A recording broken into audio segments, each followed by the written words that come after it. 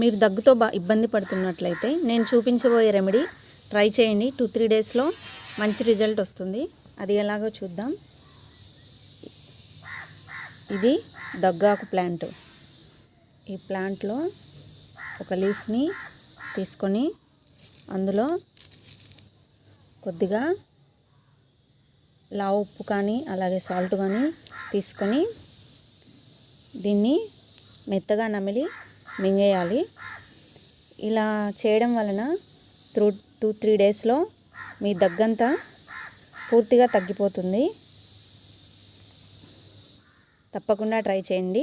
మరిన్ని వీడియోస్ కోసం నా ఛానల్ని సబ్స్క్రైబ్ చేయండి.